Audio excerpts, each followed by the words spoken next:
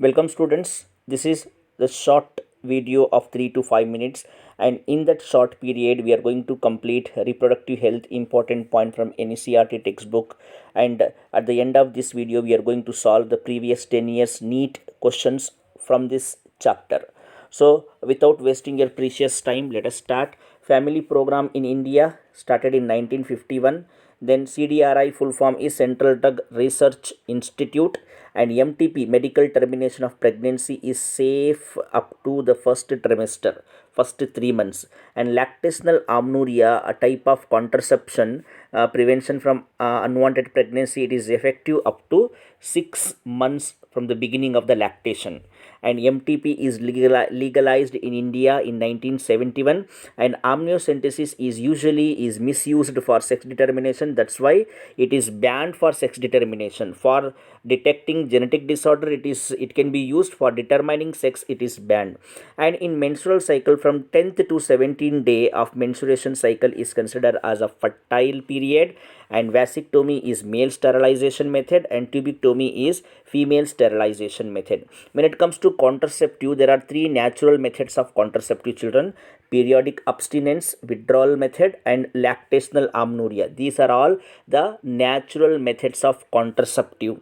Then oral pills is going to prevent the pregnancy by ovulation and implantation. These pills are going to inhibit ovulation and implantation. When any woman takes the oral pill to prevent the unwanted pregnancy, that pill is going to prevent the ovulation, release of egg, and it also prevent implantation. Then Saheli is one of the oral pill.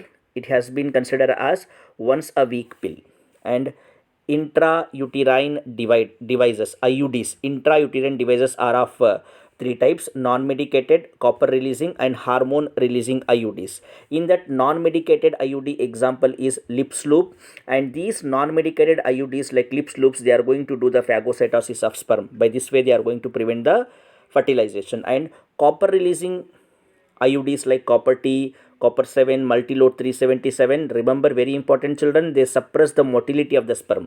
So copper releasing IUDs are going to suppress the motility of the sperm. And hormone releasing IUDs are there like progestastat and LNG20. They make the uterus unsuitable for implantation. So copper releasing IUDs like LNG20 and progestastat, they make the uterus unsuitable for implantation. Then come to infertility is treated by art. Art means assisted reproductive technologies. Infertility we can treat by a technique called assisted reproductive technology. It is divided into two types: in vitro and in vivo. In vitro means fertilization takes place outside the body. In vivo means fertilization takes place inside the body. Now in vitro we have three methods: ZIFT, IUT, and ICSI. ZIFT means zygote intrafallopian transfer. Zygote intrafallopian transfer. Here, zygote up to 8 blastomere is going to transfer into the fallopian tube. Remember. And in intrauterine transfer, zygote more than 8 blastomere is going to transfer into the uterus. Then ICSI means intracytoplasmic sperm injection. Here the sperm is injected into the cytoplasm of the ovum. So these are in vitro fertilization techniques. When it comes to in vivo, where the fertilization takes place inside the body of woman, the first one is gamete intrafallopian transfer. And children, remember, gift in vivo technique is suitable if the female is abnormal. If the female cannot able to produce ovum, if the female cannot able to fertilize, then this gift method is suitable, where ovum from the donor is going to transfer into the abnormal female.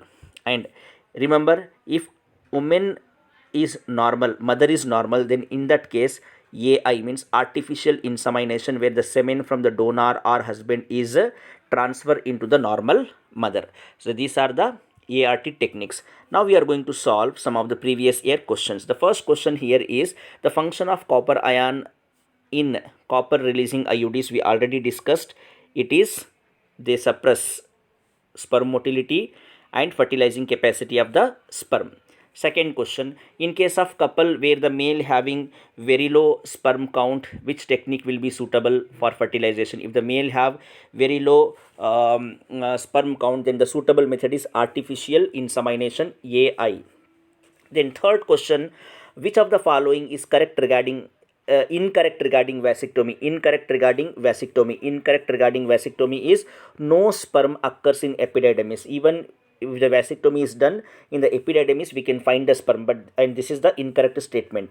Now, which of the following is a hormone releasing IUD? Just now we have revised. The hormone releasing IUD is LNG-20. Then embryo with more than 16 blastomere formed due to in vitro fertilization transfer into the uterus. Just now we have revised.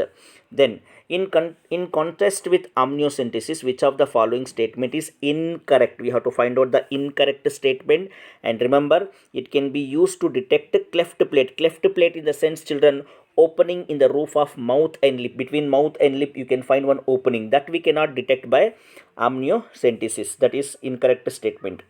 Next, a hysterectomy is a surgical removal of children uterus. Remember, uterus.